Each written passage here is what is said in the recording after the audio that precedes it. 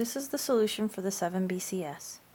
The 7BCS consists of 2 crossing bands and then 5 outside bands. We also refer to this ring as the 7-band chain puzzle ring. So now I will take the ring apart so you can see what the rings look like when they're separated from each other.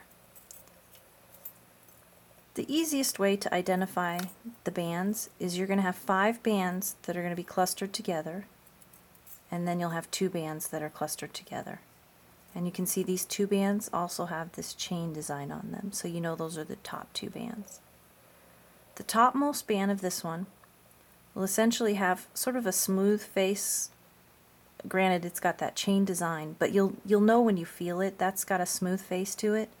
And this one, you're going to notice a deep dimple right in the middle. So you know that's the band that crosses underneath the top band.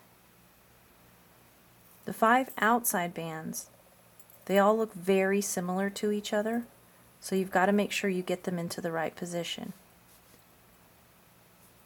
The important thing is that they all have kind of curves to them. And I always like to make sure that you're kind of going from smallest to biggest, because with this one it's very easy for these bands to get out of order, and if they get out of order you're not going to be able to solve the puzzle. So for this step, this is the exact position that you want these bands in. You always want to have the 2 on one side going in one direction, and then the 3 on the other side going in the opposite direction. So for now, at this point in time, I want them to drop to the same side of the 2 top bands, because if I have them drop to opposite sides, they're not going to be in the correct position for the next step. So again, I match them up, see, going from smallest to biggest, and I drop them to the same side. I then take the top 2 bands, and I always prefer to work with this dimpled band. Again, you can feel it's a real deep dimple in my right hand. So I'm just going to turn the ring. The top band, the very top smooth band, is just going to stay stationary in my left hand.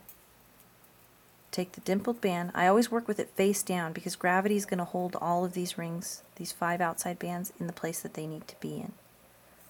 Take the top dimpled band, turn it clockwise. You can see how it kind of traps those 5, and let it rest right in there. This is tricky because this is that 7-band chain, and it's kind of a rough top to it.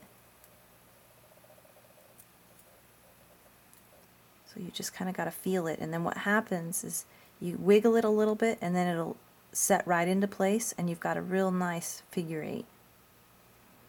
Sometimes what can happen is you can have this dimpled band on the wrong side, and you'll still be able to make a figure 8 like this, but it doesn't. One, the 2 bands can't rest against each other really nicely, and 2, it's not even. This circle is smaller than this circle, so I know it's not in the right place. So all I'm going to do is take this dimpled band, bring it all the way around, bring it back up, and then it's going to be in the right place. What I'm trying to do right now by jiggling these is I want these 5 outside bands to all be facing down. So that's what I was doing by jiggling them. So again, I got the dimpled band in my right hand, lift up those 5 bands, you can see it's kind of trapping them, turning it clockwise, and letting it sit right in there. Now you just got to kind of jiggle it a little bit, because this is real tricky with those that chain design on the top. There, clicked into place. See, it's real nice and smooth, and my figure 8 is real nice and even. So now fortunately this next step is pretty easy. You've got to identify the outermost band.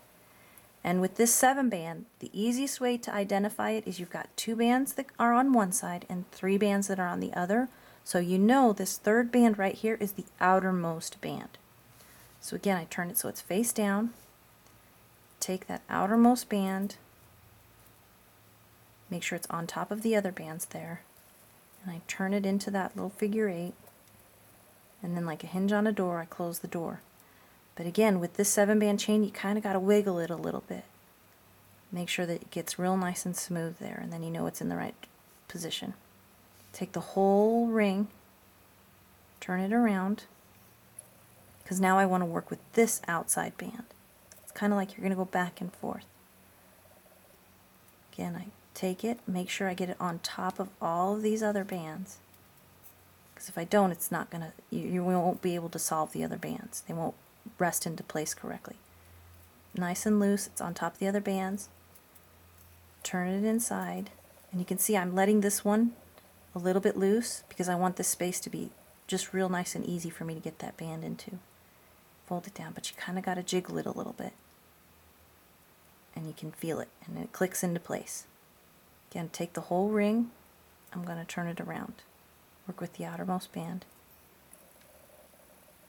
Turn it inside. Fold it down. Real nice and smooth. Turn the whole ring around. Get the outermost band. Make sure it's on top and loose. Turn it inside, and here you might have to wiggle this one a lot because it's real kind of tight in there.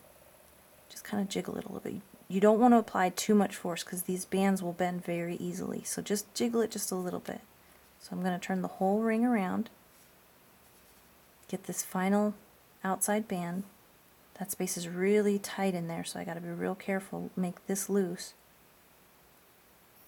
Fold it in, just jiggle it a little bit, and there you have the 7 BCS.